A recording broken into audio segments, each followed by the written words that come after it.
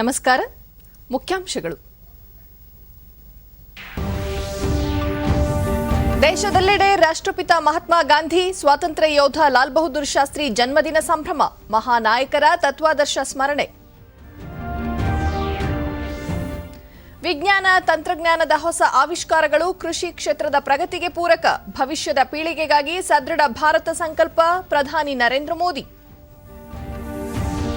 ಒಂದು ದೇಶ ಒಂದು ಕೃಷಿ ಮಾರುಕಟ್ಟೆ ಪರಿಕಲ್ಪನೆಗೆ ಉತ್ತೇಜನ. ರೈತರಿಗೆ ಬೆಲೆ ಭರವಸೆ, ಆರ್ಥಿಕ ಅಭಿವೃದ್ಧಿಗೆ ಒತ್ತು. ಡಿವಿ ಸದಾನಂದಗೌಡ.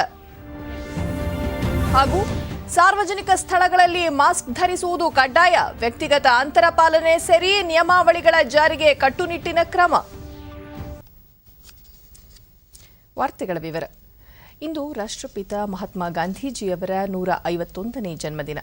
ದೇಶದ ಸ್ವಾತಂತ್ರ್ಯ ಸಂಗ್ರಾಮದಲ್ಲಿ ಮಹತ್ವದ ಪಾತ್ರ ನಿರ್ವಹಿಸಿದ ಮಹಾನ್ ಚೇತನವನ್ನು ದೇಶ ಕೃತಜ್ಞತಾ ಭಾವದಿಂದ ಸ್ಮರಿಸುತ್ತಿದೆ.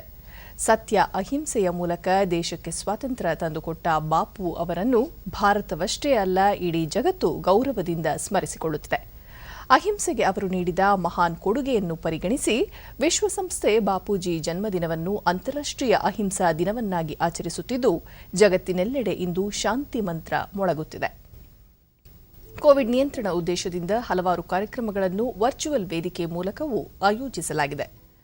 ಗಾಂಧೀಜಿ ಹುಟ್ಟಿದ ಗುಜರಾತ್ನ ಪೋರಬಂದರ್ನಲ್ಲೂ ಗಾಂಧಿ ಸ್ಮರಣೆ ಸಾಗಿದ್ದು, ಸಬರಮತಿ ಆಶ್ರಮದಲ್ಲಿ ಸರ್ವಧರ್ಮ ಪ್ರಾರ್ಥನೆ, ಗಾಂಧೀಜಿಯವರ ಅಹಿಂಸೆಯ ತತ್ವಾದರ್ಶಗಳನ್ನು ನೆನಪಿಸುವ ಕಾರ್ಯಕ್ರಮಗಳನ್ನು ಏರ್ಪಡಿಸಲಾಗಿತ್ತು.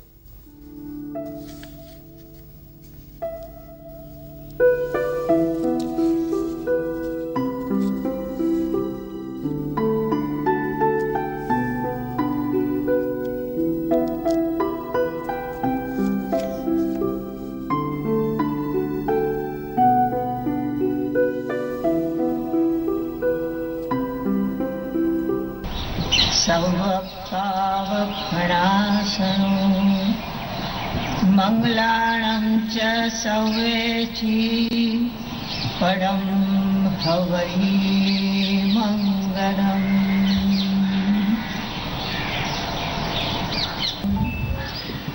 प्रातर्भजामि मनसो वचसामगम्यम्. वाचो विभान्ति निखिला यदनो ग्रहेण यन्नेति नेति वचने निगमावोचु तं देवदेवमजमाच्युतमा.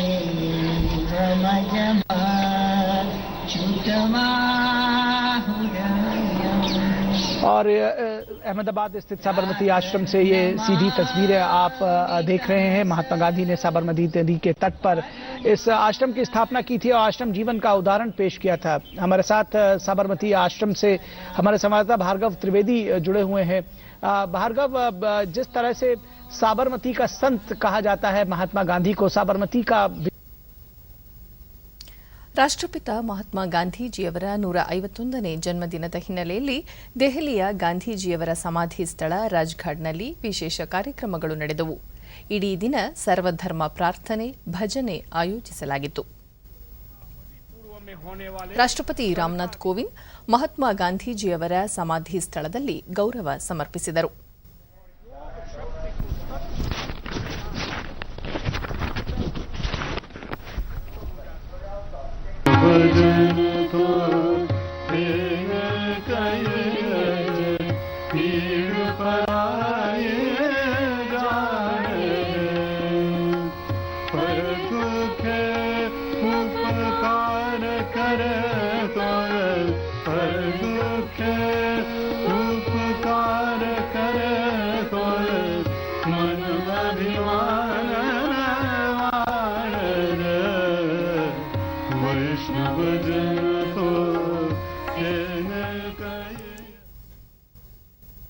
ಈ ಕುರಿತು ದೇಶವಾಸಿಗಳಿಗೆ ಸಂದೇಶ ನೀಡಿರುವ ರಾಷ್ಟ್ರಪತಿ, ಗಾಂಧೀಜಿ ಮೌಲ್ಯಗಳು ನಿನ್ನೆ, ಇಂದು ಮತ್ತು ಭವಿಷ್ಯದಲ್ಲೂ ಪ್ರಸ್ತುತವಾಗಲಿವೆ.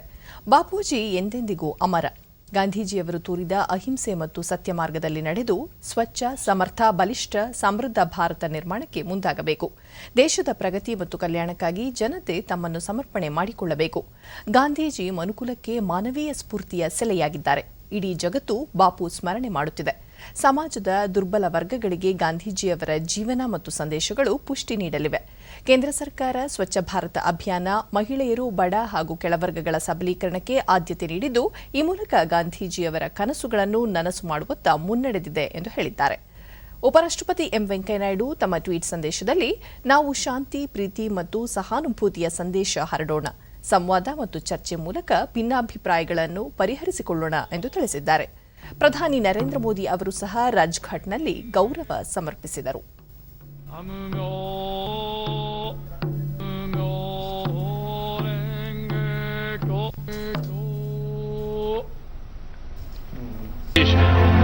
ಗಾಂಧೀಜಿ ಕುರಿತು ವಿಡಿಯೋ ಸಂದೇಶ ಹಂಚಿಕೊಂಡಿರುವ ಪ್ರಧಾನಿ, ಬಾಪೂಜಿ ಅವರ ಜೀವನ ಮತ್ತು ಉದಾತ್ತ ಚಿಂತನೆಗಳಿಂದ ನಾವು ಸಾಕಷ್ಟು ಕಲಿಯಬೇಕಾಗಿದೆ. ಸಮೃದ್ಧ ಮತ್ತು ಸಮಗ್ರ ಭಾರತ ನಿರ್ಮಾಣಕ್ಕೆ ಬಾಪು ಚಿಂತನೆಗಳು ನಮಗೆ ಮಾರ್ಗದರ್ಶನವಾಗಿದೆ ಎಂದು ಹೇಳಿದ್ದಾರೆ. महात्मा गांधी जी ने सत्य, अहिंसा, सत्याग्रह, स्वावलंबन के विचारों से देश को रास्ता दिखाया. पूज्य बापू स्वच्छता को सर्वोपरि मानते. ಈ ಮಧ್ಯೆ ಪ್ರಧಾನಿ ನರೇಂದ್ರ ಮೋದಿ ದೆಹಲಿಯ ಗಾಂಧಿ ಸ್ಮೃತಿಯಲ್ಲಿ ಆಯೋಜಿಸಲಾಗಿದ್ದ ಸರ್ವಧರ್ಮ ಪ್ರಾರ್ಥನೆ ಸಭೆಯಲ್ಲಿ ಭಾಗಿಯಾಗಿ ಗಾಂಧೀಜಿಯವರ ಸ್ಮೃತಿ ಸ್ತಂಭಕ್ಕೆ ನಮನ ಸಲ್ಲಿಸಿದರು.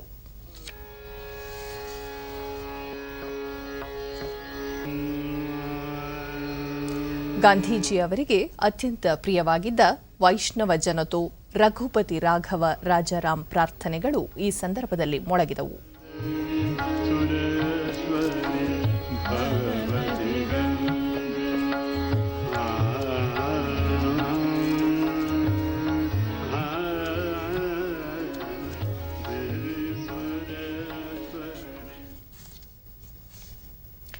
ಬೆಂಗಳೂರಿನ ವಿಧಾನಸೌಧ ಆವರಣದಲ್ಲಿರುವ ಮಹಾತ್ಮ ಗಾಂಧೀಜಿ ಪುತ್ಥಳಿಗೆ ಮುಖ್ಯಮಂತ್ರಿ ಬಿಎಸ್ ಯಡಿಯೂರಪ್ಪ ಇಂದು ಗೌರವ ನಮನ ಸಲ್ಲಿಸಿದರು. ಬಳಿಕ ಲಾಲ್ ಬಹದ್ದೂರ್ ಶಾಸ್ತ್ರಿ ಅವರ ಪ್ರತಿಮೆಗೂ ಮಾಲಾರ್ಪಣೆ ಮಾಡಿದರು.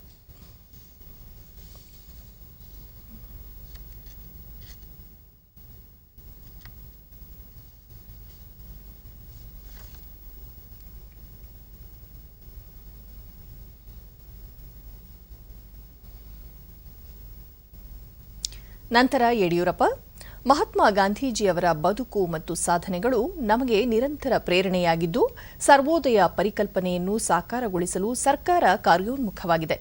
ಧಾರ್ಮಿಕ ಸಹಿಷ್ಣುತೆ, ಪರಿಸರ ಸಂರಕ್ಷಣೆ, ಸುಸ್ಥಿರ ಅಭಿವೃದ್ಧಿ ಯೋಜನೆಗಳಲ್ಲಿ ಗಾಂಧಿ ಚಿಂತನೆಗಳಿವೆ ಎಂದರು.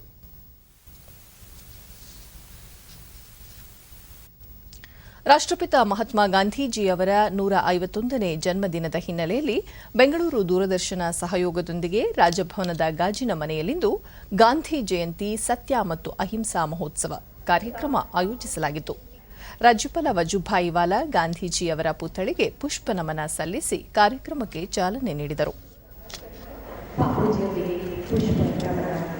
ಈ ಸಂದರ್ಭದಲ್ಲಿ ಕನ್ನಡ ಮತ್ತು ಸಂಸ್ಕೃತಿ ಇಲಾಖೆ ಸಚಿವ ಸಿಟಿ ರವಿ ಸೇರಿದಂತೆ ಮತ್ತಿತರರು ಉಪಸ್ಥಿತರಿದ್ದರು.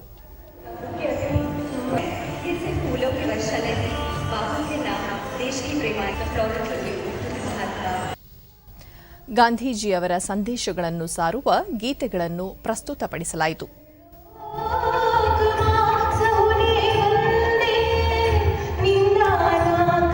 ಕೋವಿಡ್-19 ಸೋಂಕು ಹಿನ್ನೆಲೆಯಲ್ಲಿ ಸೀಮಿತ ಪ್ರೇಕ್ಷಕರೊಂದಿಗೆ ಆಯೋಜಿಸಲಾಗಿದ್ದ ಕಾರ್ಯಕ್ರಮದಲ್ಲಿ ವ್ಯಕ್ತಿಗತ ಅಂತರ, ಸ್ಯಾನಿಟೈಸರ್ ಬಳಕೆ ಸೇರಿದಂತೆ ಹಲವು ಮುನ್ನೆಚ್ಚರಿಕಾ ಕ್ರಮಗಳನ್ನು ಕೈಗೊಳ್ಳಲಾಯಿತು.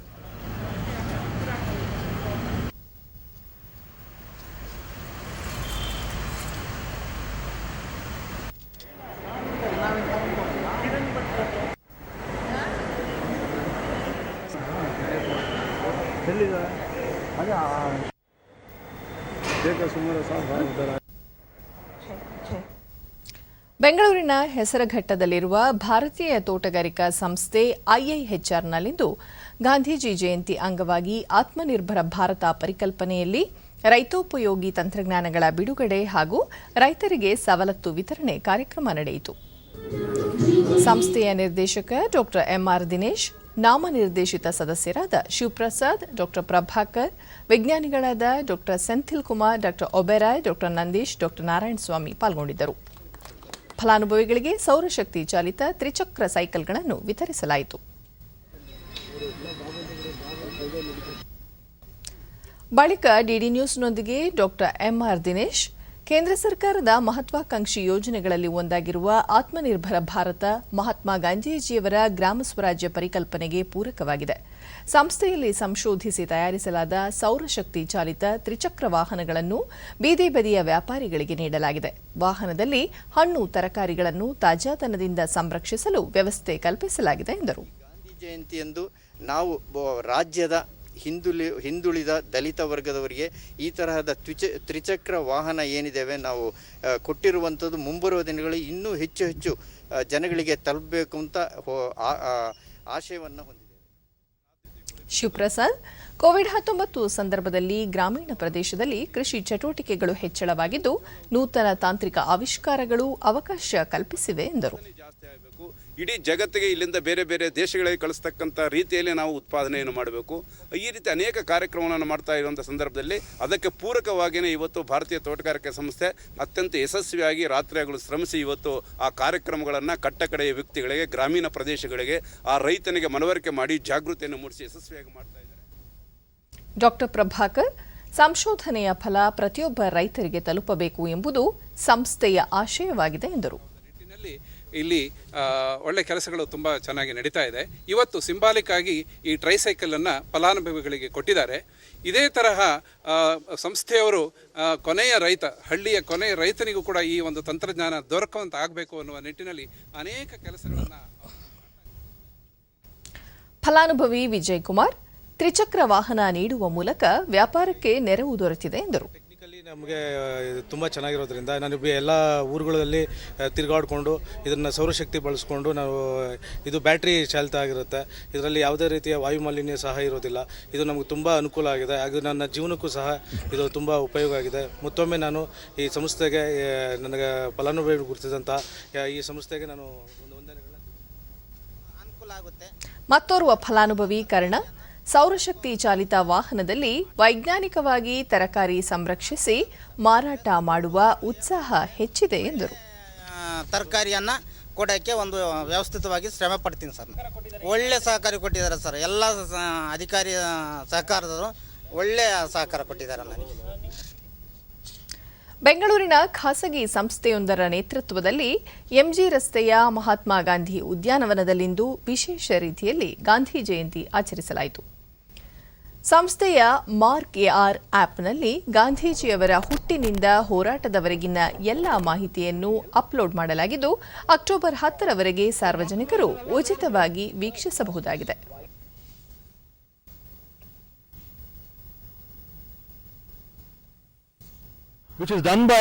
ಈ ಕುರಿತು ಡಿಡಿ ನ್ಯೂಸ್ನೊಂದಿಗೆ ಸಂಸ್ಥೆಯ ಅಧ್ಯಕ್ಷ ಶಿವಕುಮಾರ್, ಆಪ್ ಮೂಲಕ ಜನರಿಗೆ ಗಾಂಧೀಜಿಯವರ ಸಮಗ್ರ ಮಾಹಿತಿ ಒದಗಿಸಲಾಗುತ್ತಿದೆ. ಮಹಾತ್ಮರ ಸಂದೇಶಗಳನ್ನು ಪ್ರತಿಯೊಬ್ಬರಿಗೂ ತಲುಪಿಸುವುದು ತಮ್ಮ ಉದ್ದೇಶವಾಗಿದ್ದು ಈ ಮೂಲಕ ಅವರಿಗೆ ಗೌರವ ಸಲ್ಲಿಸಲಾಗುತ್ತಿದೆ ಎಂದರು.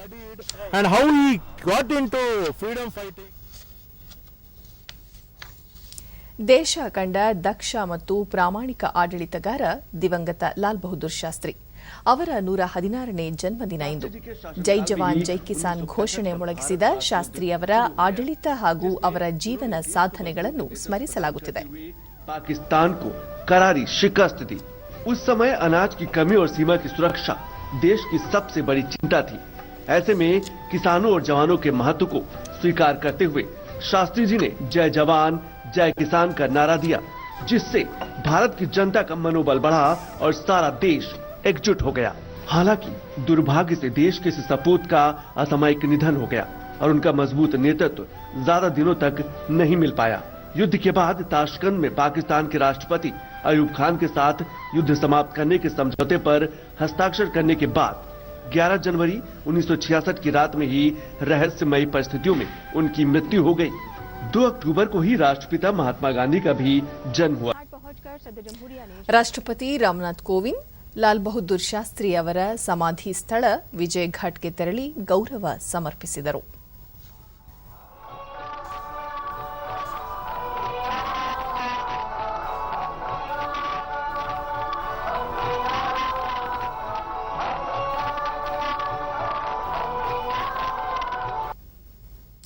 ತಮ್ಮ ಟ್ವೀಟ್ ಸಂದೇಶದಲ್ಲಿ ರಾಷ್ಟ್ರಪತಿಯವರು ಶಾಸ್ತ್ರಿ ಅವರು ದೇಶದ ಮಗನಾಗಿದ್ದು ಅಸಾಧಾರಣ ಸಮರ್ಪಣಾ ಭಾವದಿಂದ ದೇಶಕ್ಕೆ ಸೇವೆ ಸಲ್ಲಿಸಿದ್ದಾರೆ. ಅವರ ಹಸಿರು ಕ್ರಾಂತಿ, ಕ್ಷೀರ ಕ್ರಾಂತಿ ಮತ್ತು ಯುದ್ಧ ಸಮಯದಲ್ಲಿನ ನಾಯಕತ್ವ ನಮಗೆಲ್ಲ ಸ್ಫೂರ್ತಿಯಾಗಿದೆ ಎಂದು ಹೇಳಿದ್ದಾರೆ. ಉಪರಾಷ್ಟ್ರಪತಿ ಎಂ ವೆಂಕಯ್ಯನಾಯ್ಡು ಲಾಲ್ ಬಹದ್ದೂರ್ ಶಾಸ್ತ್ರಿ ಸರಳತೆ, ಮಾನವೀಯತೆ ಮತ್ತು ಬುದ್ಧಿವಂತಿಕೆಗೆ ಹೆಸರುವಾಸಿಯಾಗಿದ್ದು, ಸಂಕಷ್ಟ ಸಮಯದಲ್ಲಿ ಅತ್ಯುತ್ತಮ ನಾಯಕತ್ವ ಗುಣಗಳಿಂದ ನಮಗೆಲ್ಲ ಪ್ರೇರಣೆಯಾಗಿದ್ದಾರೆ. ಶಾಸ್ತ್ರಿ ಅವರು ದೇಶದ ಆಂತರಿಕ ಹಾಗೂ ಬಾಹ್ಯ ಬೆದರಿಕೆಗಳಿಂದ ದೇಶವನ್ನು ಸಂರಕ್ಷಣೆ ಮಾಡಿದ್ದರು ಎಂದು ಉಪರಾಷ್ಟ್ರಪತಿ ಸ್ಮರಿಸಿದ್ದಾರೆ. ಪ್ರಧಾನಿ ನರೇಂದ್ರ ಮೋದಿ ವಿಜಯ್ ಘಾಟ್ಗೆ ಭೇಟಿ ನೀಡಿ ಲಾಲ್ ಬಹದ್ದೂರ್ ಶಾಸ್ತ್ರಿ ಸಮಾಧಿಗೆ ಪುಷ್ಪ ನಮನ ಸಲ್ಲಿಸಿದರು.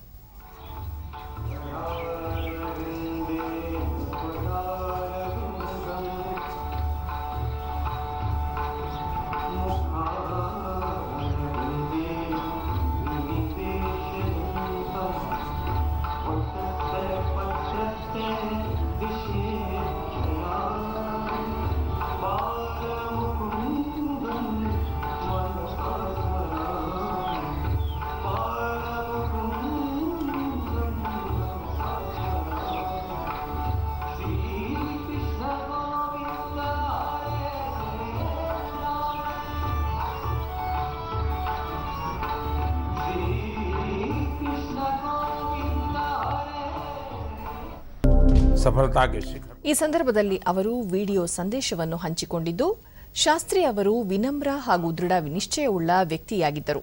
ಅವರು ಸರಳ ಜೀವನ ನಡೆಸಿ ದೇಶದ ಕಲ್ಯಾಣಕ್ಕಾಗಿ ತಮ್ಮ ಬದುಕನ್ನು ಮುಡಿಪಾಗಿಟ್ಟಿದ್ದರು ಎಂದು ಹೇಳಿದ್ದಾರೆ. ಇದೇ ವೇಳೆ ಲಾಲ್ ಬಹದ್ದೂರ್ ಶಾಸ್ತ್ರಿ ಅವರ ಪುತ್ರ ಅನಿಲ್ ಶಾಸ್ತ್ರಿ ಸಹ ವಿಜಯ್ ಘಾಟ್ನ ಶಾಸ್ತ್ರಿ ಸಮಾಧಿಗೆ ತೆರಳಿ ಪುಷ್ಪ ನಮನ ಸಲ್ಲಿಸಿದರು. वहीं शास्त्री जी का जीवन हमें विनम्रता और सादगी का संदेश देता है.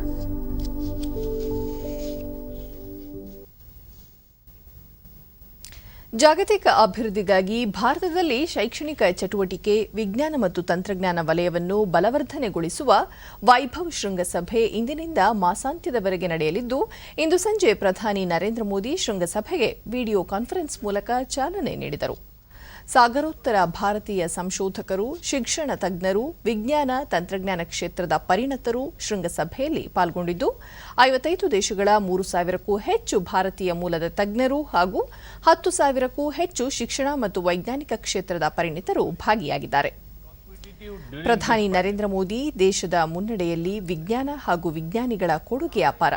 ಕೃತಕ ಬುದ್ಧಿಮತ್ತೆ, ರೋಬೋಟಿಕ್ಸ್ ತಂತ್ರಜ್ಞಾನ, ವಿನೂತನ ವೈಜ್ಞಾನಿಕ ಆವಿಷ್ಕಾರಗಳು ಕೈಗಾರಿಕಾ ಹಾಗೂ ಕೃಷಿ ವಲಯದ ಉತ್ಪಾದನಾ ಸಾಮರ್ಥ್ಯ ಹೆಚ್ಚಳಕ್ಕೆ ಪೂರಕವಾಗಿದೆ. ದೇಶದಲ್ಲಿ ಸ್ಟಾರ್ಟ್ಅಪ್ಗಳಿಗೆ ಉತ್ತೇಜನ ನೀಡಲಾಗುತ್ತಿದ್ದು, 25 ತಂತ್ರಜ್ಞಾನ ಸಂಶೋಧನಾ ವಲಯಗಳನ್ನು ಗುರುತಿಸಿ ಅಭಿವೃದ್ಧಿಪಡಿಸಲಾಗುತ್ತಿದೆ ಎಂದರು. ವಿಜ್ಞಾನ ಮತ್ತು ತಂತ್ರಜ್ಞಾನದ ಹೊಸ ಸಂಶೋಧನೆಗಳು ದೇಶದ ಕೃಷಿಕರ ಬದುಕಿಗೆ ಆಸರೆಯಾಗಬೇಕು. ಕೃಷಿ ಕ್ಷೇತ್ರದಲ್ಲಿ ನಾವೀನ್ಯತೆ ಹಾಗೂ ವೈಜ್ಞಾನಿಕ ಪದ್ಧತಿಗಳನ್ನು ರೂಢಿಸಿಕೊಳ್ಳಲು ಅನುಕೂಲ ಕಲ್ಪಿಸುವ ಹಾಗೂ ಕೃಷಿ ಉತ್ಪಾದನೆಯನ್ನು ಹೆಚ್ಚಳಗೊಳಿಸುವ ಮೂಲಕ ಆರ್ಥಿಕ ಸಬಲೀಕರಣಕ್ಕೆ ಪೂರಕವಾಗಬೇಕು. ದೇಶದಲ್ಲಿ ಆಹಾರ ಧಾನ್ಯಗಳ ಉತ್ಪಾದನೆ ಗಣನೀಯ ಪ್ರಮಾಣದಲ್ಲಿ ಏರಿಕೆಯಾಗಿರುವುದು ಆಶಾದಾಯಕ ಬೆಳವಣಿಗೆ ಎಂದರು. ಇತ್ತೀಚೆಗೆ ಜಾರಿಗೆ ತರಲಾಗಿರುವ ರಾಷ್ಟ್ರೀಯ ಶಿಕ್ಷಣ ನೀತಿ ಬಹುಶಿಸ್ತಿ ಅಧ್ಯಯನಕ್ಕೆ ಒತ್ತು ನೀಡಲಿದ್ದು, ಯುವ ಪ್ರತಿಭೆಗಳ ಕೌಶಲ್ಯಾಧಾರಿತ ಬೆಳವಣಿಗೆ ಅನುಕೂಲಕರ ವಾತಾವರಣ ಕಲ್ಪಿಸಿದೆ. ಇಂದು ಭಾರತ ಹಲವು ಜಾಗತಿಕ ವಿಜ್ಞಾನ, ತಂತ್ರಜ್ಞಾನ, ಬಾಹ್ಯಾಕಾಶ ಯೋಜನೆಗಳಲ್ಲಿ ವಿಶ್ವದ ಪ್ರತಿಷ್ಠಿತ ದೇಶಗಳೊಂದಿಗೆ ಸಹಭಾಗಿತ್ವ ಹೊಂದಿದೆ ಎಂಬುದು ಹೆಮ್ಮೆಯ ವಿಚಾರ. ಭವಿಷ್ಯದ ಪೀಳಿಗೆಗಾಗಿ ಸದೃಢ ಭಾರತ ಸಂಕಲ್ಪದಲ್ಲಿ ಮಹಾತ್ಮ ಗಾಂಧೀಜಿ ಮತ್ತು ಲಾಲ್ ಬಹದ್ದೂರ್ ಶಾಸ್ತ್ರಿ ಅವರ ವಿಚಾರಧಾರೆಗೆ ಪೂರಕವಾಗಿ ಭಾರತ ಮುನ್ನಡೆಯುತ್ತಿದೆ ಎಂದು ಅವರು ಪ್ರತಿಪಾದಿಸಿದರು.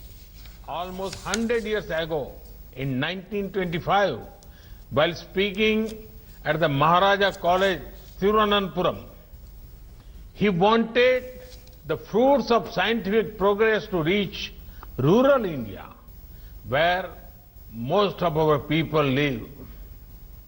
Bapu also believed in broad-basing science, that we will work to make Vaibhav and its outcomes a grand success. Before ending, I advise all of you to take full care of your health, to take all precautions and to remain safe. Thank you. Thank you very much. ಕೇಂದ್ರ ಸರ್ಕಾರ ಅಂಗೀಕರಿಸಿರುವ ಕೃಷಿ ಸಂಬಂಧಿತ ಕಾಯ್ದೆಗಳಿಂದ ದೇಶದ ಕೃಷಿ ಕ್ಷೇತ್ರದಲ್ಲಿ ಹೊಸ ಮನ್ವಂತರಕ್ಕೆ ಕಾರಣವಾಗಲಿದೆ ಎಂದು ಕೇಂದ್ರ ರಾಸಾಯನಿಕ ಮತ್ತು ರಸಗೊಬ್ಬರ ಖಾತೆ ಸಚಿವ ಡಿವಿ ಸದಾನಂದಗೌಡ ಬೆಂಗಳೂರಿನಲ್ಲಿಂದು ಹೇಳಿದ್ದಾರೆ. ವಿಕಾಸಸೌಧದಲ್ಲಿ ನಡೆದ ಜಂಟಿ ಸುದ್ದಿಗೋಷ್ಠಿಯಲ್ಲಿ ಅವರು ಕಾಂಗ್ರೆಸ್ ಸೇರಿದಂತೆ ವಿರೋಧ ಪಕ್ಷಗಳು ಅನಗತ್ಯವಾಗಿ ಕಾಯ್ದೆಗಳನ್ನು ಟೀಕಿಸುವ ಪ್ರಯತ್ನ ಮಾಡುತ್ತಿವೆ, ಅಪಪ್ರಚಾರ ಮಾಡುತ್ತಾ ರೈತರನ್ನು ದಿಕ್ಕು ತಪ್ಪಿಸುವ ಪ್ರಯತ್ನ ನಡೆಸಿದ್ದು ದಲ್ಲಾಳಿಗಳ ಪರವಾಗಿ ಪ್ರತಿಪಕ್ಷಗಳು ಧ್ವನಿ ಎತ್ತಿವೆ ಎಂದು ಆರೋಪಿಸಿದರು. ಕನಿಷ್ಠ ಬೆಂಬಲ ಬೆಲೆ ವ್ಯವಸ್ಥೆಯನ್ನು ಹಿಂತೆಗೆದುಕೊಳ್ಳಲಾಗುವುದು ಎಂಬ ಸುಳ್ಳು ಸುದ್ದಿಯನ್ನು ಹಬ್ಬಿಸಲಾಗಿದೆ. ಪ್ರಧಾನಿ ನರೇಂದ್ರ ಮೋದಿ ಕನಿಷ್ಠ ಬೆಂಬಲ ಬೆಲೆ ಮುಂದುವರೆಸುವ ಬಗ್ಗೆ ಸಂಸತ್ತಿನಲ್ಲೂ ಸ್ಪಷ್ಟಪಡಿಸಿದ್ದಾರೆ. ಕೃಷಿ ಉತ್ಪನ್ನ ಮಾರುಕಟ್ಟೆಗಳು ಯಾವುದೇ ಕಾರಣಕ್ಕೂ ರದ್ದಾಗುವುದಿಲ್ಲ ಎಂದು ತಿಳಿಸಿದರು. ಹೊಸ ಕಾಯ್ದೆಯ ಪರಿಣಾಮವಾಗಿ ಒಂದು ದೇಶ ಒಂದು ಕೃಷಿ ಮಾರುಕಟ್ಟೆ ಪರಿಕಲ್ಪನೆಗೆ ಉತ್ತೇಜನ ದೊರೆತಿದೆ. ಬೆಲೆ ಭರವಸೆ, ಕೃಷಿ ಸೇವೆಗಳ ಒಪ್ಪಂದ ಸೇರಿದಂತೆ ಹಲವು ವಿಚಾರಗಳಲ್ಲಿ ರೈತರಿಗೆ ಅನುಕೂಲ ಕಲ್ಪಿಸಲಾಗಿದೆ ಎಂದರು. ಕೇಂದ್ರ ರಸಗೊಬ್ಬರ ಇಲಾಖೆಗೆ ದತ್ತಾಂಶ ಆಡಳಿತ ಗುಣಮಟ್ಟ ಸೂಚ್ಯಂಕ ಸಮೀಕ್ಷೆಯಲ್ಲಿ 2ನೇ ಸ್ಥಾನ, ಇಲಾಖೆಗಳ ಸಮೀಕ್ಷೆಯಲ್ಲಿ 2ನೇ ಸ್ಥಾನ ಹಾಗೂ 65 ಸಚಿವಾಲಯಗಳ ಸಮೀಕ್ಷೆಯಲ್ಲಿ 3ನೇ ಸ್ಥಾನ ಲಭಿಸಿದೆ. ಸಚಿವಾಲಯ, ಇಲಾಖೆಗಳ ಇಂತಹ ವರದಿ ತಯಾರಿಸಿರುವ ನೀತಿ ಆಯೋಗದ ಪ್ರಯತ್ನ ಪ್ರಶಂಸನೀಯ. ಇದು ಸರ್ಕಾರದ ನೀತಿಗಳ ಅನುಷ್ಠಾನದ ಚೌಕಟ್ಟನ್ನು ಸುಧಾರಿಸಲು ಸಹಾಯ ಮಾಡುತ್ತದೆ ಎಂದು ಅಭಿಪ್ರಾಯಪಟ್ಟರು. ಪಾರ್ಲಿಮೆಂಟ್ನಲ್ಲಿ ಚರ್ಚೆ ಆದಾಗ ನಮ್ಮ ಕೃಷಿ ಮಂತ್ರಿಗಳು ಹೇಳಿದ್ದಾರೆ, ಯಾವುದೇ ಪ್ರಶ್ನೆ ಇಲ್ಲ, ಕನಿಷ್ಠ ಬೆಂಬಲ ಬೆಲೆ ಇದರಷ್ಟಕ್ಕೆ ಮುಂದುವರಿಯುತ್ತದೆ. ಸ್ವಾಮಿನಾಥನ್ ವರದಿಯನ್ನು ಅನುಷ್ಠಾನ ಮಾಡುವಂತ ನಮ್ಮ ಜವಾಬ್ದಾರಿ, ಅದನ್ನು ನಾವು ಹಿಂದಕ್ಕೆ ಬರುವುದಿಲ್ಲ ಅಂತ ಹೇಳುವಂತ ಮಾತನ್ನು ಹೇಳಿದ್ದಾರೆ. ಕೃಷಿ ಸಚಿವ ಬಿಸಿ ಪಾಟೀಲ್, ರಾಜ್ಯದಲ್ಲಿ ಮೊದಲ ಬಾರಿಗೆ ನಿರೀಕ್ಷೆಗೂ ಮೀರಿದ ಬಿತ್ತನೆ ಚಟುವಟಿಕೆಗಳು ನಡೆದಿದ್ದು, ರಸಗೊಬ್ಬರ ಹಾಗೂ ಬಿತ್ತನೆ ಬೀಜದ ಕೊರತೆ ಉಂಟಾಗದಂತೆ ರಾಜ್ಯ ಸರ್ಕಾರ ಅಗತ್ಯ ಕ್ರಮ ಕೈಗೊಂಡಿದೆ. ಕಾಳಸಂತೆಯಲ್ಲಿ ಕೃತಕ ಅಭಾವ ಸೃಷ್ಟಿಸಿ ಯೂರಿಯಾ ಕೊರತೆಯಾಗುವಂತೆ ಮಾಡಿದ 148 ಅಂಗಡಿಗಳ ಪರವಾನಗಿಯನ್ನು ರದ್ದುಪಡಿಸಿ ಕಾನೂನು ಕ್ರಮ ಜರುಗಿಸಲಾಗಿದೆ ಎಂದರು. ಭೂ ಸುಧಾರಣೆ ತಿದ್ದುಪಡಿ ಕಾನೂನಿನ ಮೂಲಕ ಬಂಜರು ಭೂಮಿಯಲ್ಲೂ ಕೃಷಿ ಪದವೀಧರರು ಕೃಷಿ ಚಟುವಟಿಕೆಗಳನ್ನು ನಡೆಸಲು ಅವಕಾಶ ಕಲ್ಪಿಸಲಾಗಿದೆ. ಆತ್ಮನಿರ್ಭರ್ ಯೋಜನೆಯಡಿ ಕೃಷಿ ಆಹಾರ ಉತ್ಪಾದನೆಗೆ 10,000 ಕೋಟಿ ರೂಪಾಯಿಯಷ್ಟು ಹಣವನ್ನು ಮೀಸಲಿಡಲಾಗಿದ್ದು, ರೈತರ ಆದಾಯವನ್ನು ದ್ವಿಗುಣಗೊಳಿಸುವುದು ಆದ್ಯತೆಯಾಗಿದೆ ಎಂದರು. ಕೃಷಿ ಕಾಯ್ದೆಗಳ ತಿದ್ದುಪಡಿಗೆ ಕಾಂಗ್ರೆಸ್ ವಿರೋಧ ಹಾಸ್ಯಾಸ್ಪದ ಎಂದ ಅವರು, ರಾಜ್ಯದಲ್ಲಿ ಬೆಳೆ ಸಮೀಕ್ಷೆ ಯಶಸ್ವಿಯಾಗಿದ್ದು, ಈವರೆಗೆ 90% ಬೆಳೆ ಮಾಹಿತಿ ಆನ್ಲೈನ್ ಆಪ್ಗೆ ಅಪ್ಲೋಡ್ ಆಗಿದೆ ಎಂದು ವಿವರಿಸಿದರು. ಶಿವಮೊಗ್ಗ ಜಿಲ್ಲೆಯಲ್ಲಿ ದಿನದಿಂದ ದಿನಕ್ಕೆ ಕೊರೋನಾ ಸೋಂಕಿತರ ಸಂಖ್ಯೆ ಹೆಚ್ಚಳವಾಗುತ್ತಿದ್ದು, ಇದುವರೆಗೂ 16,491 ಮಂದಿಗೆ ಸೋಂಕು ದೃಢಪಟ್ಟಿದೆ. 13,011 ಮಂದಿ ಗುಣಮುಖರಾಗಿದ್ದು, 3,000ಕ್ಕೂ ಹೆಚ್ಚು ಸಕ್ರಿಯ ಪ್ರಕರಣಗಳು ಈ ಜಿಲ್ಲೆಯಲ್ಲಿವೆ. 297 ಮಂದಿ ಕೋವಿಡ್ನಿಂದ ಮೃತಪಟ್ಟಿರುವುದಾಗಿ ಆರೋಗ್ಯ ಸಚಿವಾಲಯ ತಿಳಿಸಿದೆ. ಈ ನಿಟ್ಟಿನಲ್ಲಿ ಕೊರೋನಾ ಸೋಂಕಿಗೆ ಚಿಕಿತ್ಸೆ ನೀಡಲು ಜಿಲ್ಲಾಡಳಿತವು ಹಲವು ಕ್ರಮಗಳನ್ನು ಕೈಗೊಂಡಿದ್ದು, ಸೋಂಕಿತರು ಗುಣಮುಖರಾಗಲು ಹಾಗೂ ಅವರ ಖಿನ್ನತೆಯನ್ನು ದೂರ ಮಾಡಲು ವಿಶೇಷ ಕಾಳಜಿ ವಹಿಸಿದೆ. ಸೋಂಕಿತರಿಗೆ ಓದಲು ವಿವಿಧ ಪುಸ್ತಕಗಳನ್ನು ನೀಡುತ್ತಿದ್ದು, ವೈದ್ಯರು ಹಾಗೂ ಅಲ್ಲಿನ ಸಿಬ್ಬಂದಿ ಎಲ್ಲರನ್ನೂ ಸೇರಿಸಿ ಹಾಡು ಹಾಡಿ ಕಥೆ ಹೇಳುವ ಮೂಲಕ ಮನರಂಜಿಸುತ್ತಿದ್ದು, ಸದಾ ಮನೋಲ್ಲಾಸದಿಂದ ಇರುವಂತೆ ಮಾಡುತ್ತಿದ್ದಾರೆ. ಅಲ್ಲದೆ ಸೋಂಕಿತರು ಖಿನ್ನತೆಗೆ ಒಳಗಾಗದಂತೆ, ಚಿಕಿತ್ಸೆ ಪಡೆದು ಹೊರಬಂದ ನಂತರ ಭಯಪಡದಂತೆ, ಆಹಾರ ಪದ್ಧತಿ ಸೇರಿದಂತೆ ಮತ್ತೆ ಸೋಂಕು ತಗಲದಂತೆ ಎಚ್ಚರಿಕೆ ವಹಿಸಬೇಕಾದ ಕ್ರಮಗಳ ಕುರಿತು ಮಾಹಿತಿ ನೀಡುತ್ತಿದ್ದು, ಒಟ್ಟಾರೆ ಅವರಲ್ಲಿ ಆತ್ಮಸ್ಥೈರ್ಯ ತುಂಬಲಾಗುತ್ತಿದೆ. ಆರೋಗ್ಯ ಇಲಾಖೆ ಸಿಬ್ಬಂದಿ ಕಾರ್ಯಕ್ಕೆ ಸೋಂಕಿತರು ಹರ್ಷ ವ್ಯಕ್ತಪಡಿಸಿದ್ದು, ಇಂತಹ ವೈದ್ಯರು ದಾದಿಯರು ಇದ್ದರೆ ರೋಗಿಗಳು ಬೇಗ ಗುಣಮುಖರಾಗಲಿದ್ದು, ರೋಗದ ಬಗ್ಗೆ ಯಾವುದೇ ಭಯ ಇರುವುದಿಲ್ಲ ಎನ್ನುತ್ತಾರೆ. ಡಿಡಿ ನ್ಯೂಸ್ನೊಂದಿಗೆ ಸೋಂಕಿನಿಂದ ಗುಣಮುಖರಾಗಿರುವ ಮಹಿಳೆಯರು, ಸೋಂಕು ತಗುಲಿ ಚಿಕಿತ್ಸೆಗೆ ಆಗಮಿಸುವವರಿಗೆ ಉತ್ತಮ ಚಿಕಿತ್ಸೆ ನೀಡಲಾಗುತ್ತಿದೆ, ಅವರ ಆರೈಕೆ ಖುಷಿ ತಂದಿದೆ ಎಂದರು. ಸ್ಥಳೀಯರಾದ ಶೋಭಾಮಣಿ, ಮಹಿಳಾ ಮತ್ತು ಮಕ್ಕಳ ಅಭಿವೃದ್ಧಿ ಇಲಾಖೆಯಿಂದ ಕರೋನಾ ಬಗ್ಗೆ ಪ್ರಾತ್ಯಕ್ಷಿಕೆ ಮೂಲಕ ಅರಿವು ಮೂಡಿಸುತ್ತಿದ್ದು, ಜನರು ಅನಗತ್ಯವಾಗಿ ಹೆದರುವ ಅಗತ್ಯವಿಲ್ಲ ಎಂದರು. ಅದೆಲ್ಲ ದಯವಿಟ್ಟು ತಪ್ಪು ತಿಳುವಳಿಕೆ. ಈಗ ಬಂದಿರೋದಕ್ಕೆ ನಾನು ಸಣ್ಣ ಮಕ್ಕಳಿಗೂ ಸತನು ನಾನು ಕರ್ಕೊಂಬಂದಿದ್ದೀನಿ. ಪಾಸಿಟಿವ್ ಬಂದಿದ ತಕ್ಷಣ ನಾವು ಮನೆಗೂ ಹೋಗ್ದಲ್ಲ ಇರೋದನ್ನೇ ಬಟ್ಟೆ ತುಂಬ್ಕೊಂಡು ತೀರಾ ಬಂದು ಇಲ್ಲಿ ಸೇರ್ಕೊಂಡ್ವಿ. ಅಯ್ಯೋ ಇಲ್ಲ ನಮಗೆ ಬರಲ್ಲ, ನಮಗೆ ಪಾಸಿಟಿವ್ ಆಗಿ ನಮ್ಮನೆಯೂ ಇದ್ದಾರೆ, ನಮ್ಮನೆಗೂ ಶಿವಮೊಗ್ಗ ಜಿಲ್ಲೆಯಲ್ಲಿ ಮಾಸ್ಕ್ಗಳನ್ನು ಹಾಕಬೇಕು. ದಾದಿ ಜುಬೇದರ್, ಇಲ್ಲಿಗೆ ಬರುವ ಸೋಂಕಿತರನ್ನು ಮನೆ ಮಂದಿಯಂತೆ ನೋಡಿಕೊಳ್ಳುತ್ತಿದ್ದಾರೆ. ಯಾರೂ ಆತಂಕಕ್ಕೆ ಒಳಗಾಗುವುದು ಬೇಡ ಎಂದು ಅಭಿಪ್ರಾಯಪಟ್ಟರು.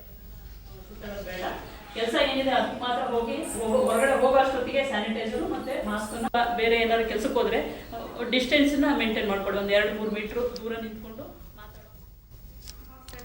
ಡಾಕ್ಟರ್ ರಾಹುಲ್ ದೇವರಾಜ್ ಚಿಕಿತ್ಸೆ ನೀಡಲು ಆಗಮಿಸುತ್ತಿದ್ದ ವೇಳೆ ಸೋಂಕಿತರು ಖಿನ್ನತೆಗೆ ಒಳಗಾಗಿರುವುದು ತಿಳಿಯಿತು. ಹಾಗಾಗಿ ಇಲ್ಲಿ ಹಾಡುಗಳನ್ನು ಹಾಡಿ ರಂಜಿಸಿ ಅವರಲ್ಲಿ ಆತ್ಮವಿಶ್ವಾಸ ಮೂಡಿಸಲಾಗುತ್ತಿದೆ ಎಂದು ಹೇಳಿದರು. ಕೋವಿಡ್ ಕೇರ್ ಸೆಂಟರ್ ಆಗಲಿ DCSC ಆಗಲಿ ಎಲ್ಲಾನು ತುಂಬಾ ಚೆನ್ನಾಗಿ ಕೆಲಸ ಕಾರ್ಯನಿರ್ವಹಿಸ್ತಾ ಇದೆ. ನೀವು ಇದರಿಂದ ನೀವು ಮನೆಯಲ್ಲಿದ್ದ ಹಾಗೆ ಇಲ್ಲೂ ಬಂದಿರಬಹುದು.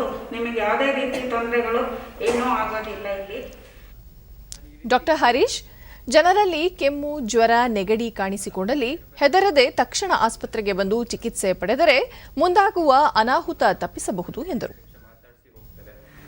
ನಮಗೆ ಇಲ್ಲಿ ತುಂಬ ಬೇಜಾರಾಗುತ್ತೆ, ನಮ್ಮ ದಯವಿಟ್ಟು ಮನೆಗೆ ಕಳಿಸಿ ಅನ್ನುವಂಥ ಒಂದು ಮನಸ್ಥಿತಿಯಲ್ಲಿ ಇರ್ತಾರೆ.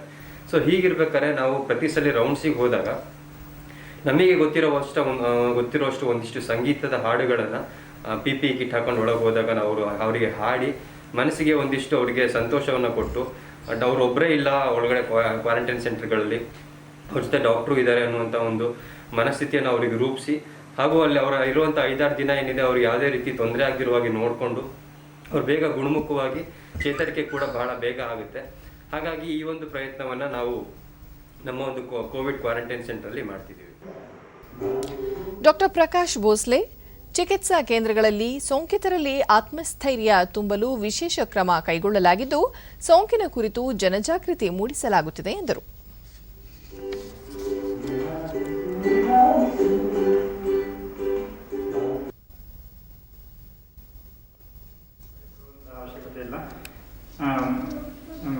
ಬೇಗ ಬಂದು ಬೇಗ ಟ್ರೀಟ್ಮೆಂಟ್ ತಗೊಂಡ್ರೆ ಮುಂದಾಗುವಂಥ ಅನಾಹುತಗಳನ್ನು ತಪ್ಪಿಸಬಹುದು.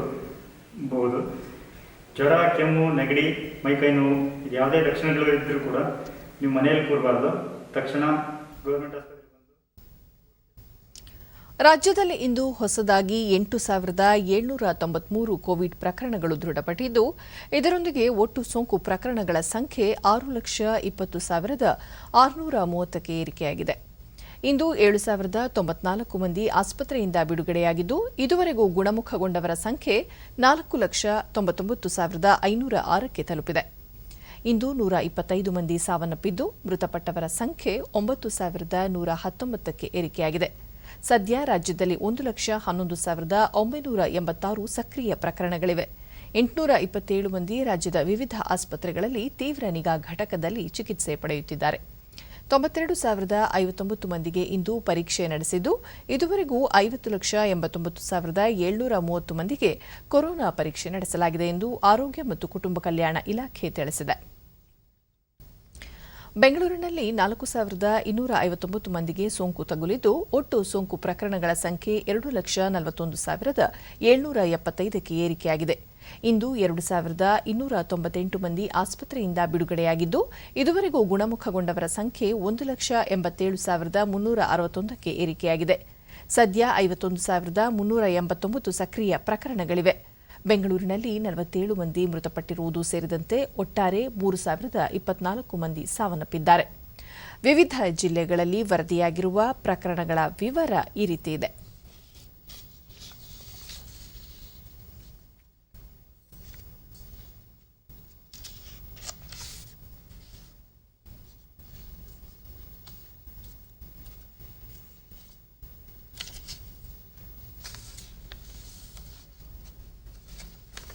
ಕೋವಿಡ್-19 ನಿರ್ವಹಣೆ ಕುರಿತು ಕೇಂದ್ರದಿಂದ ಮಾರ್ಗಸೂಚಿ ಪ್ರಕಟಗೊಂಡಿದ್ದು, ಸಾರ್ವಜನಿಕ ಸ್ಥಳಗಳು, ಉದ್ಯೋಗ ಸ್ಥಳಗಳು ಹಾಗೂ ಪ್ರಯಾಣದ ವೇಳೆ ನಾಗರಿಕರು ಮಾಸ್ಕ್ ಧರಿಸುವುದನ್ನು ಕಡ್ಡಾಯಗೊಳಿಸಲಾಗಿದೆ. ನಿಯಮ ಉಲ್ಲಂಘನೆಗೆ ನಗರ ಪ್ರದೇಶಗಳಲ್ಲಿ 1,000 ರೂಪಾಯಿ ಹಾಗೂ ಇತರೆ ಪ್ರದೇಶಗಳಲ್ಲಿ 500 ರೂಪಾಯಿಗಳ ದಂಡ ವಿಧಿಸಲು ಮಾರ್ಗಸೂಚಿಯಲ್ಲಿ ಸೂಚಿಸಲಾಗಿದ್ದು, ರಾಜ್ಯದಲ್ಲೂ ಈ ನಿಯಮವನ್ನು ಜಾರಿಗೆ ತರಲಾಗಿದೆ. ಈ ಕುರಿತು ಆದೇಶ ಹೊರಡಿಸಿರುವ ಸರ್ಕಾರದ ಮುಖ್ಯ ಕಾರ್ಯದರ್ಶಿ ಟಿಎಂ ವಿಜಯಭಾಸ್ಕರ್, ಸಾರ್ವಜನಿಕರು ಕನಿಷ್ಠ 6 ಅಡಿ ವ್ಯಕ್ತಿಗತ ಅಂತರ ಕಾಯ್ದುಕೊಳ್ಳುವುದು ಅಗತ್ಯವಾಗಿದ್ದು, ಅಂಗಡಿ ಮುಂಗಟ್ಟುಗಳಲ್ಲಿ ಗ್ರಾಹಕರ ನಡುವೆ ಅಂತರ ಪಾಲನೆ ಕಡ್ಡಾಯವಾಗಿದೆ. ಸಾರ್ವಜನಿಕ ಸ್ಥಳಗಳಲ್ಲಿ ಉಗುಳುವುದು ದಂಡಾರ್ಹ ಅಪರಾಧವಾಗಿದ್ದು ಸ್ಥಳೀಯ ಸಂಸ್ಥೆಗಳ ನಿರ್ವಹಣೆಯಲ್ಲಿ ನಿಗಾ ವಹಿಸುವಂತೆ ಸೂಚಿಸಿದ್ದಾರೆ. ಜೊತೆಗೆ ಮನೆಯಿಂದಲೇ ಕೆಲಸ ನಿರ್ವಹಣೆ, ಸ್ವಚ್ಛತಾ ನಿಯಮಗಳ ಪಾಲನೆ, ಸ್ಕ್ರೀನಿಂಗ್, ಸ್ಯಾನಿಟೈಸರ್ ಇತ್ಯಾದಿಗಳನ್ನು ಪಾಲಿಸುವಂತೆ ನಿರ್ದೇಶಿಸಲಾಗಿದೆ. ಕೊನೆಯಲ್ಲಿ ಮತ್ತೊಮ್ಮೆ ಮುಖ್ಯಾಂಶಗಳು. ದೇಶದೆಲ್ಲೆಡೆ ರಾಷ್ಟ್ರಪಿತ ಮಹಾತ್ಮ ಗಾಂಧಿ, ಸ್ವಾತಂತ್ರ್ಯ ಯೋಧ ಲಾಲ್ ಬಹದ್ದೂರ್ ಶಾಸ್ತ್ರಿ ಜನ್ಮದಿನ ಸಂಭ್ರಮ, ಮಹಾನಾಯಕರ ತತ್ವಾದರ್ಶ ಸ್ಮರಣೆ. ವಿಜ್ಞಾನ ತಂತ್ರಜ್ಞಾನದ ಹೊಸ ಆವಿಷ್ಕಾರಗಳು ಕೃಷಿ ಕ್ಷೇತ್ರದ ಪ್ರಗತಿಗೆ ಪೂರಕ, ಭವಿಷ್ಯದ ಪೀಳಿಗೆಗಾಗಿ ಸದೃಢ ಭಾರತ ಸಂಕಲ್ಪ, ಪ್ರಧಾನಿ ನರೇಂದ್ರ ಮೋದಿ. ಒಂದು ದೇಶ ಒಂದು ಕೃಷಿ ಮಾರುಕಟ್ಟೆ ಪರಿಕಲ್ಪನೆಗೆ ಉತ್ತೇಜನ, ರೈತರಿಗೆ ಬೆಲೆ ಭರವಸೆ, ಆರ್ಥಿಕ ಅಭಿವೃದ್ಧಿಗೆ ಒತ್ತು, ಡಿವಿ ಸದಾನಂದಗೌಡ. ಹಾಗೂ ಸಾರ್ವಜನಿಕ ಸ್ಥಳಗಳಲ್ಲಿ ಮಾಸ್ಕ್ ಧರಿಸುವುದು ಕಡ್ಡಾಯ, ವ್ಯಕ್ತಿಗತ ಅಂತರ ಪಾಲನೆ ಸೇರಿ ನಿಯಮಾವಳಿಗಳ ಜಾರಿಗೆ ಕಟ್ಟುನಿಟ್ಟಿನ ಕ್ರಮ. ಇಲ್ಲಿಗೆ ಇಂದಿನ ವಾರ್ತಾ ಪ್ರಸಾರ ಮುಕ್ತಾಯವಾಯಿತು. ಸತ್ಯ, ಸಮರ್ಥ, ಸಂಪೂರ್ಣ ಸುದ್ದಿಗಾಗಿ ವೀಕ್ಷಿಸಿ ಚಂದನ ವಾರ್ತೆ. ನಮ್ಮ ಮುಂದಿನ ವಾರ್ತಾ ಪ್ರಸಾರ ನಾಳೆ ಬೆಳಗ್ಗೆ 11 ಗಂಟೆಗೆ ಡಿಡಿ ಚಂದನದಲ್ಲಿ. ನಮಸ್ಕಾರ.